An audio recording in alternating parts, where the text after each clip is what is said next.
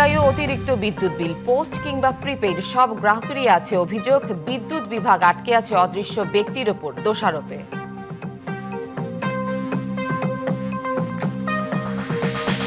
সংকট মোকাবিলায় নবায়নযোগ্য জ্বালানির ব্যবহার বাড়াতে প্রধানমন্ত্রীর গুরুত্বারোপ। সরকারি ভবনে সৌর প্যানেল স্থাপনের নির্দেশ।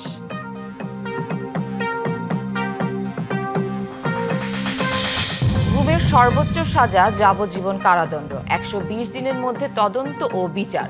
মন্ত্রিসভায় গুম প্রতিরোধ ও প্রতিকার আইনের খসড়া অনুমোদন।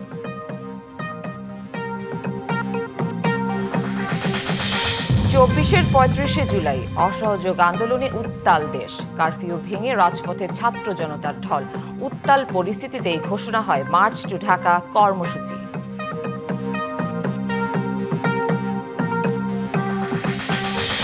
নারায়ণগঞ্জের সিদ্ধিরগঞ্জে চাঁদাবাজি, জমি দখল, হামলা সহ বিস্তর অভিযোগ এক ইরফানের বিরুদ্ধে। কার্যকর ব্যবস্থা নেয় না পুলিশ, আতঙ্কে এলাকাবাসী।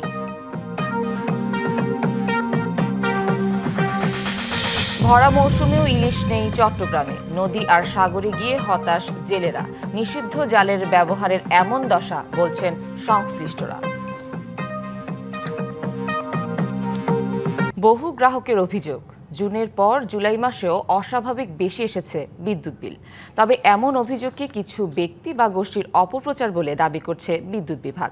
রাজধানীর বিভিন্ন এলাকা ঘুরে বিদ্যুতের গ্রাহকদের মধ্যে দেখা গেছে চরম অসন্তুষ্টি।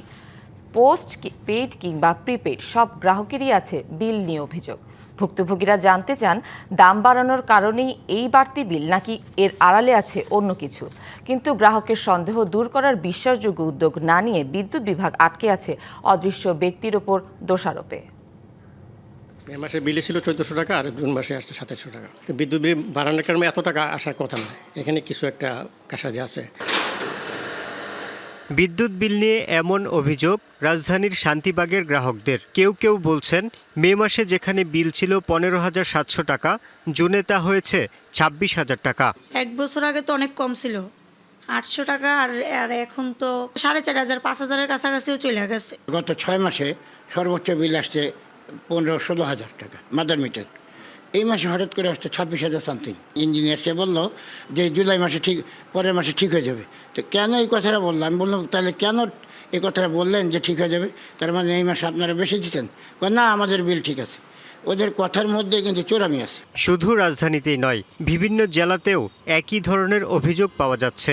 নাটোরের এক গ্রাহকের দাবি, প্রায় ৪২ দিন বিদ্যুৎ ব্যবহার না করলেও জুন মাসে এসেছে ২,৬০০ টাকার বিল। একটি মাত্র বৈদ্যুতিক বাতি ব্যবহার করেও প্রতি মাসে গুনতে হচ্ছে ৮০০ থেকে ৯০০ টাকা।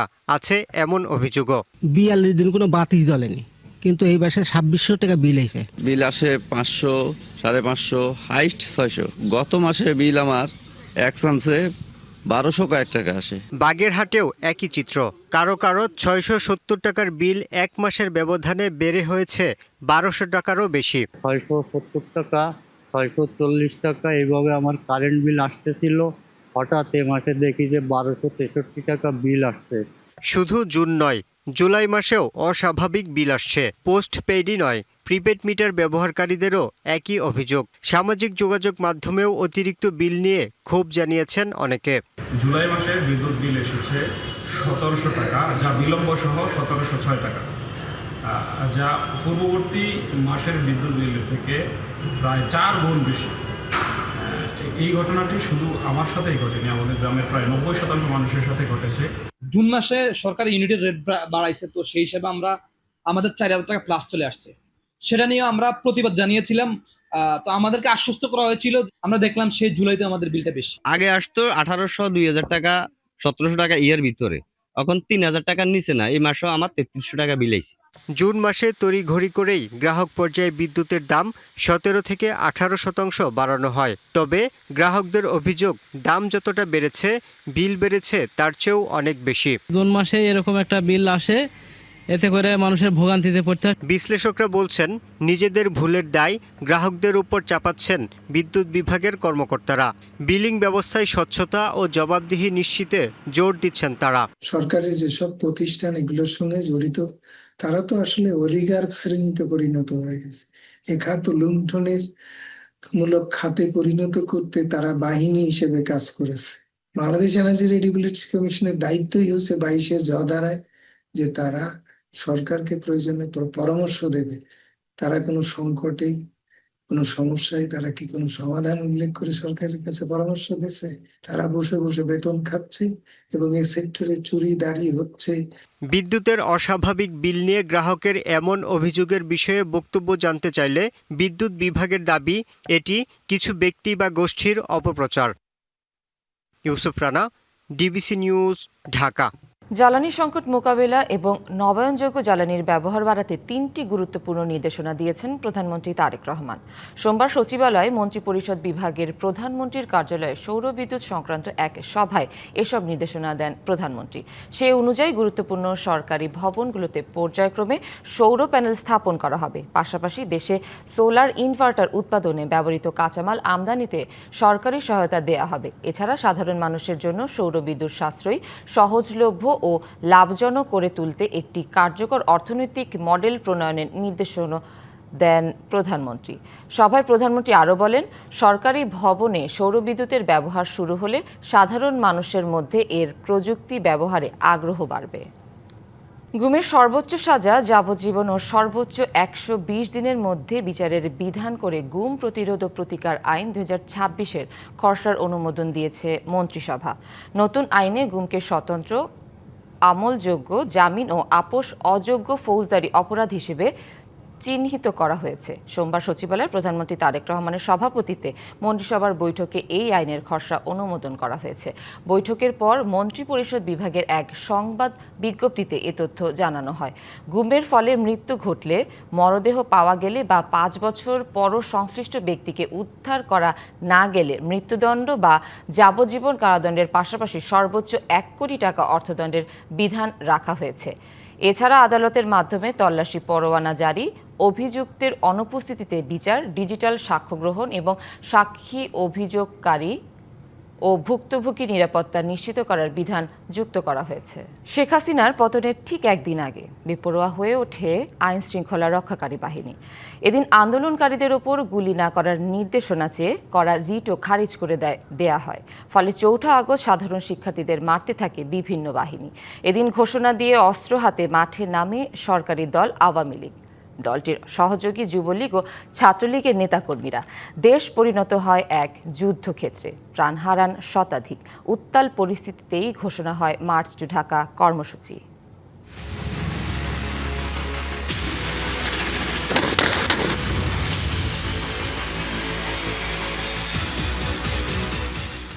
রক্তাক্ত জুলাইয়ের ৩৫ তারিখ, গুলি, টিয়ারশেল, সাউন্ড গ্রেনেডের মুহুর্মুহু শব্দে রাজধানী ঢাকা পরিণত হয় আতঙ্কের জনপদে। এত রক্ত, এত মৃত্যুর মিছিল স্বাধীন বাংলাদেশ এর আগে দেখেনি।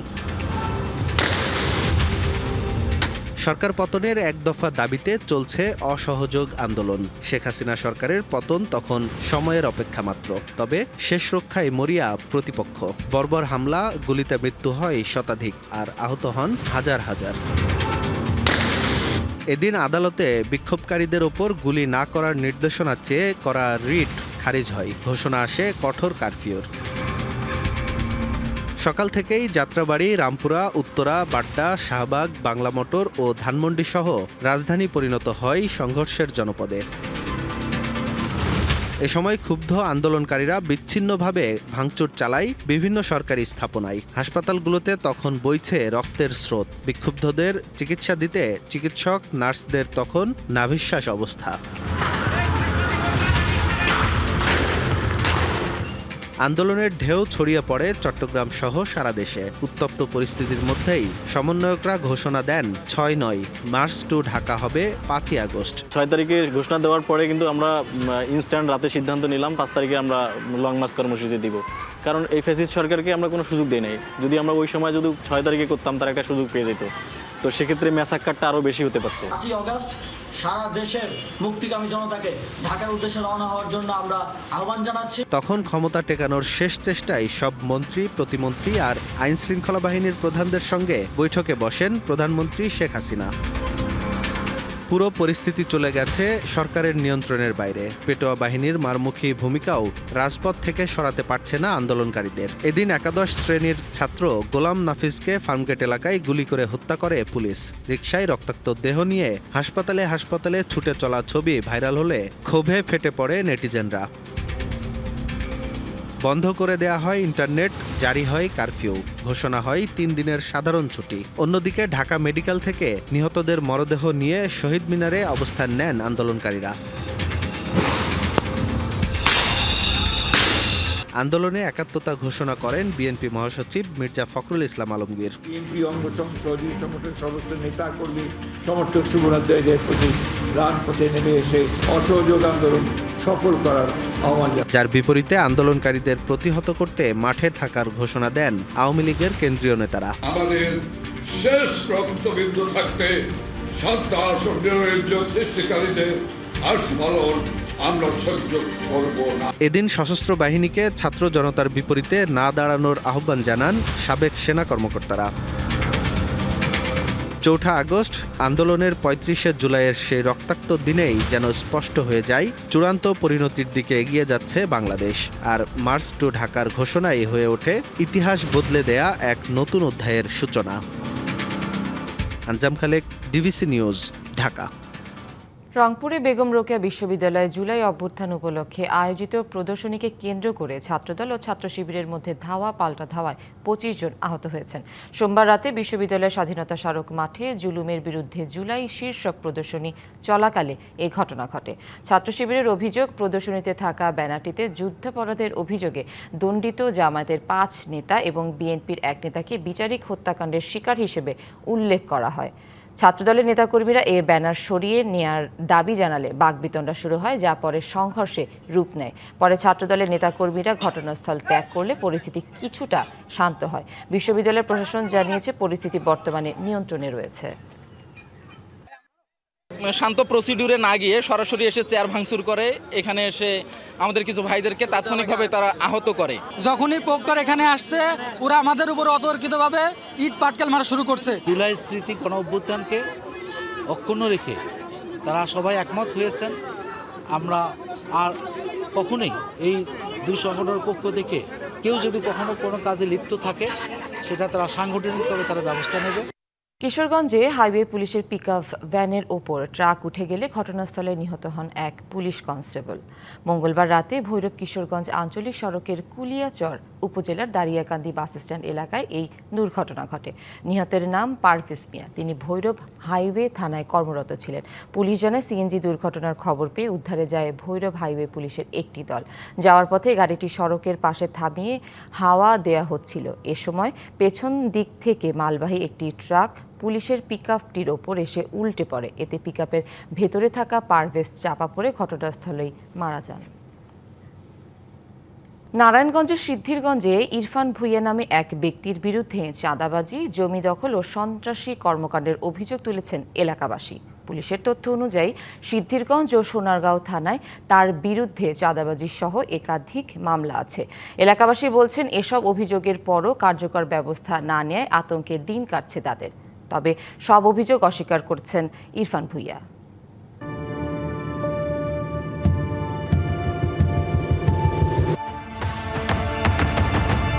নারায়ণগঞ্জের শিল্প অঞ্চল সিদ্ধিরগঞ্জ, তেলের ডিপো, আদমজী ইপিজেড সহ দেশের অর্থনীতির জন্য গুরুত্বপূর্ণ নানা স্থাপনা ঘিরে ব্যস্ত এই জনপদ। স্থানীয়দের অভিযোগ, এই এলাকাকেই কেন্দ্র করে গড়ে উঠেছে একটি চাঁদাবাজি ও সন্ত্রাসী চক্র। আর এই চক্রের নেতৃত্বে ইরফান ভুইয়া নামে এক ব্যক্তি। তারা বলছেন, রাজনৈতিক প্রভাব কাজে লাগিয়ে দীর্ঘদিন ধরে এসব কর্মকাণ্ড পরিচালনা করে আসছেন ইরফান ও তার অনুসারীরা। গেল 3 জুলাই বাড়ির পাশের রাস্তায় বন্ধুদের সঙ্গে কথা বলছিলেন নাদিম নামের একজন স্বজন ও স্থানীয়দের অভিযোগ, এমন সময় ধারালো অস্ত্র নিয়ে তার উপর হামলা চালায় একদল দুর্বৃত্ত। ও বাইকে থেকেই আপনার কোপ দিছে, এলাকার মানুষ জড়ো হয়েছে, যখন মারছে তখন আপনার ও ইরফানের নাম নিয়ে ডাইকা অটোর মধ্যে অটো থামাইছে এই সম্রাট ভুইয়া। তখন আমার মা শুনছে, আমার ভাইরে কোপ দিয়েছে। প্রথম কোপটা আমার ভাইয়ের ঘাড়ে লাগছে, আরেকটা কোপ দেওয়ার সময় তখন ইমন আপনার আগায় মানে রাস্তা দিয়ে আসার সময় আগায় গেছে, তখন ইমনরেও পরপর 2টা কোপ দিছে। হামলার পর পালিয়ে যাওয়ার সময় নাদিমের প্রতিবেশী ইমনকেও কুপিয়ে জখম করা হয়। অভিযুক্তরা প্রভাবশালী হওয়ায় পরিবার নিয়ে নিরাপত্তাহীনতায় ভুগছেন ইমন। আমরা সিকিউর না, মোটা টোটালি আমাদের ফ্যামিলিও সিকিউর না, আমরা যে ক্ষমতার দাপটের কারণে আমরা সিকিউর না। এ ঘটনায় সিদ্ধিরগঞ্জ থানায় মামলা করেন নাদিমের বোন মিতু আক্তার। এতে 6 নম্বর আসামি করা হয় ইরফান ভুঁইয়াকে।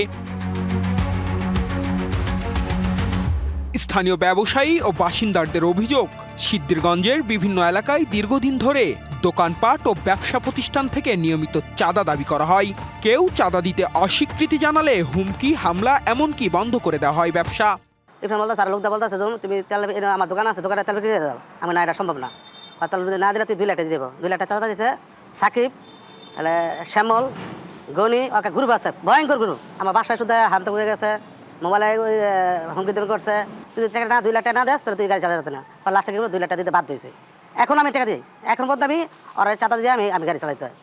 এসব কর্মকাণ্ডের প্রতিবাদ করায় কৃষক দল নেতা ফয়সালের বাড়িতেও হামলার অভিযোগ উঠেছে ইরফানের অনুসারীদের বিরুদ্ধে। ফয়সালের দাবি, ইরফান রাজনৈতিক প্রভাব খাটিয়ে প্রতিনিয়তই ভয়ভীতি দেখাচ্ছেন তাদের। 5 আগস্টের পরে এরা যেহেতু বিএনপি সাজছে, তো বিএনপি সাজে তো বিএনপির বদনাম করতেছে, বিএনপির তো দুর্নাম করতেছে, এলাকায় আধিপত্য বিস্তার করতে যায়। প্রধান আসামি হচ্ছে আপনার দেলোয়ার হোসেন ভূঁইয়া, আর দ্বিতীয় আসামি হচ্ছে ইরফান ভূঁইয়া। এ বিষয়ে জানতে মোবাইল ফোনে ইরফান ভূঁইয়ার সঙ্গে যোগাযোগ করা হলে তিনি সব অভিযোগ অস্বীকার করেন। দাবি করেন তার বিরুদ্ধে কোনো মামলা নেই। কোন যে একটা নিউজ পরিচয় দিয়ে বলতেছেন যে থানার গাড়ি, আমি আপনার ডিবিসি অফিসে যাবো, একটা অভিযোগ দেখাইতে পারবেন থানায় যে তেলের গাড়ি থেকে চাঁদা, আপনার একটা যদি অভিযোগ দেখাইতে পারেন থানার ভিতর, না হলে যাবো না। পুলিশ বলছে ইরফানের বিরুদ্ধে চাঁদাবাজি সহ বিভিন্ন মামলার তদন্ত চলছে। অভিযোগপত্র দেওয়ার পর আদালতের নির্দেশনা অনুযায়ী পরবর্তী ব্যবস্থা নেওয়া হবে। ইরফান ভূঁইয়া পিতার দেলোয়ার হোসেন বার্মা স্ট্যান্ডে থাকেন, তো তার নামে আমরা সিডিএম সার্চ করে দেখলাম 2টি মামলা চলমান রয়েছে। তো একটি মামলা হচ্ছে আদার সেকশন, একটি চাঁদাবাজি মামলা রয়েছে। আসামি যদি বিজ্ঞ আদালত থেকে জামিন নিয়ে থাকে সেক্ষেত্রে আসলে আসামি আমরা ধরতে পারি না, এখানে ধরা হয় না, সে জামিন আছেন। আর এছাড়া তার যে ভাই আছে, চাচাতো ভাই স্বাধীন ভূঁইয়া, সম্রাট ভূঁইয়া, তাদের নামেও রিসেন্টলি একটা মামলা রুজু হয়েছে। সিদ্ধিরগঞ্জে চাঁদাবাজি সহ নানা অপরাধী জড়িতদের বিরুদ্ধে দ্রুত কার্যকর ব্যবস্থা চেয়েছে স্থানীয়রা। Partha Saha, DBC news, Dhaka. ভরা মৌসুমেও সোনার হরিণ ইলিশ। চট্টগ্রামের নদী কিংবা সাগর কোথাও জালে ধরা দিচ্ছে না বাঙালির পছন্দের মাছটি। যা ধরা পড়ছে তাও আকারে ছোট, তাতে আকাশ ছুঁয়েছে দাম। আয় কমে যাওয়ায় বিপাকে জেলেরাও। নিষিদ্ধ জালের ব্যবহারের কারণেই কাঙ্ক্ষিত ইলিশ মিলছে না বলছেন সংশ্লিষ্টরা। ভরা মৌসুমেও চট্টগ্রামের ফিশারি ঘাটে আসছে না কাঙ্ক্ষিত পরিমাণে ইলিশ, তাই ব্যস্ততাও নেই। আড়তে যে মাছ আসছে তার বেশিরভাগই 500 থেকে 700 গ্রামের। সরবরাহ কম থাকায় দাম আকাশচুম্বী। ছোট ও মাঝারি সাইজের ইলিশ কেজি বিক্রি হচ্ছে 1500 থেকে 2000 টাকা। নিরাপদ প্রজনন নিশ্চিতে গত 15 এপ্রিল থেকে 25 জুন পর্যন্ত 58 দিন ইলিশ শিকারে নিষেধাজ্ঞা দেয় সরকার। ধার দেনা করে সেই সময় কাটলেও আশা ছিল নিষেধাজ্ঞার পর পুষিয়ে নেয়ার, কিন্তু ভরা মৌসুমেও ইলিশ না মেলায় এখন বিপাকে জেলেরা। আসছি সাগর থেকেই, কিন্তু এরকম একটা ইলিশ মাছ পাইনি এই বছর, কিন্তু একদম টোটালে ম্যাচ নাই। তারপরে গাঙ্গ সিঙ্গেল, জাইলি সিঙ্গেলের লেগে, তুফানের লেগে কোনো মাছ ধরতে পারছি না আমরা। সরকার আছে, সরকার যে চাল যা দেয় এটি তো আমরা পাই না, এটি তো পাওয়া যায় বড় লোকেরা পায়। বেপরোয়া ফিশিং আর নিষিদ্ধ জাল ব্যবহারের কারণেই ইলিশের উৎপাদন কমেছে বলে মনে করেন আড়তদাররা। এবার তো মাছ নাই, আপনার গতবারতে 4 ভাগের ভিতরে 1 ভাগে নেই। এখন শুধু আপনি বললাম না জিরি জাল আর পকেট জাল, ওরা মাছ মার ফেলতেছে। এই সরকারকে জিরি জালটা বন্ধ করতে হবে, মাছটা ধরার জন্য আপনার পকেট জালটা বন্ধ করতে হবে। ভরা মৌসুমেও কাঙ্ক্ষিত ইলিশ না পাওয়ায় হতাশ জেলে ও ব্যবসায়ীরা। তাদের প্রত্যাশা, সঠিক ব্যবস্থাপনা ও অবৈধ জাল নিয়ন্ত্রণে আনতে পারলে আবারও নদী ও সাগর ভরে উঠবে রূপালী ইলিশে। DBC news desk.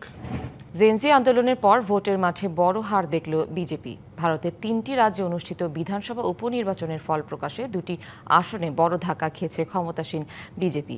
বিহারের বাঁকিপুর 1995 সালের পর প্রথমবার পরাজিত হয়েছে দলটি। সেখানে জয় পেয়েছে জন সুরাজ পার্টি। দলটির প্রধান প্রশান্ত কিশোর বিজেপি প্রার্থীকে 19,000-এর বেশি ভোটে হারিয়েছেন।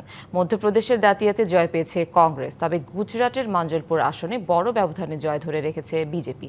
জেনজি আন্দোলনের পর অনুষ্ঠিত এই উপনির্বাচনের ফলকে দেশটির রাজনৈতিক অঙ্গনে গুরুত্বপূর্ণ বার্তা হিসেবে দেখা হচ্ছে। রাশিয়ার দক্ষিণ পশ্চিমাঞ্চলের সমুদ্র সৈকতে ড্রোন হামলা চালিয়েছে ইউক্রেন। স্থানীয় সময় সোমবার এই হামলা অন্তত 7 জন নিহত এবং 40 জন আহত হয়েছেন বলে দাবি করেছে রুশ কর্তৃপক্ষ। নিহতদের মধ্যে 3 জন শিশু। রাশিয়ার কর্মকর্তারা বলছেন ড্রোনটি সৈকতে আঘাত হানে। ড্রোনটির সম্ভাব্য লক্ষ্য ছিল সৈকত থেকে প্রায় 40 কিলোমিটার দূরে অবস্থিত একটি রুশ নৌঘাঁটি। এর আগে শনিবার ইউক্রেনের রাজধানী কিয়েভে রাশিয়ার ক্ষেপণাস্ত্র হামলায় অন্তত 9 জন নিহত হন। যুদ্ধের ভয়াবহতার মধ্যেই গাজায় বাস্তুচ্যুত মানুষের জীবনে যোগ হয়েছে আরেক নতুন সংকট, তীব্র গরম। বিশুদ্ধ পানির সংকট আর অস্বাস্থ্যকর পরিবেশ সব মিলিয়ে মানবতার জীবন কাটাচ্ছে হাজারো ফিলিস্তিনি। আন্তর্জাতিক মানবিক সংস্থাগুলো বলছে ইসরায়েলের অবরোধের কারণে প্রয়োজনীয় সহায়তা পৌঁছে দেওয়া হয়ে উঠছে বড় চ্যালেঞ্জ। গাজায় ইসরায়েলি আগ্রাসন শুরুর পর থেকেই সব হারিয়ে আশ্রয় কেন্দ্রে দিন কাটছে লাখো ফিলিস্তিনির। যে কোনো মুহূর্তে তাঁবুতে আঘাত হানতে পারে ইসরায়েলি ক্ষেপণাস্ত্র কিংবা ড্রোন। এমন অনিশ্চয়তায় দিন কাটছে বাস্তুচ্যুত গাজাবাসীর। মরার উপর খাড়ার ঘায়ের মতো যোগ হয়েছে নতুন দুর্ভোগ, তীব্র গরম, অসহনীয় গরম, বিদ্যুৎ সংকট আর পোকামাকড়ের সাথে মানবেতর জীবন কাটাচ্ছেন ফিলিস্তিনিরা। সবচেয়ে বেশি ঝুঁকিতে শিশু ও প্রবীণরা। প্রচন্ড গরমে ভীষণ কষ্ট পাচ্ছি। কোথাও কোনো ছায়া নেই। দিনে পোকামাকড় আর রাতে ইঁদুরের উপদ্রবে নাজেহাল। আমাদের দুর্ভোগ অবর্ণনীয়। বিশুদ্ধ পানির ভীষণ সংকট। পরিবারকে একটু স্বস্তি দিতে সারাদিন পানির অপেক্ষায় থাকি। মানবিক সহায়তা সংস্থাগুলো বলছে ইসরায়েলের অবরোধে নিরাপদ আশ্রয়, বিশুদ্ধ পানি, স্বাস্থ্যসেবা এবং স্যানিটেশন নিশ্চিত করা এখন সবচেয়ে বড় চ্যালেঞ্জ। চলমান সংঘাতে ত্রাণ ও জরুরি সহায়তা পৌঁছে দিতেও নানা বাধার মুখে পড়তে হচ্ছে। তাঁবুতে থাকা পরিবারগুলো এখন তীব্র গরমের সঙ্গে লড়াই করছে। পাশাপাশি ইঁদুর ও মশার উপদ্রবও রয়েছে। যুদ্ধের পাশাপাশি প্রকৃতির বৈরিত এখন গাজার বাস্তুচ্যুত মানুষের দুর্ভোগ আরও বাড়িয়ে তুলছে।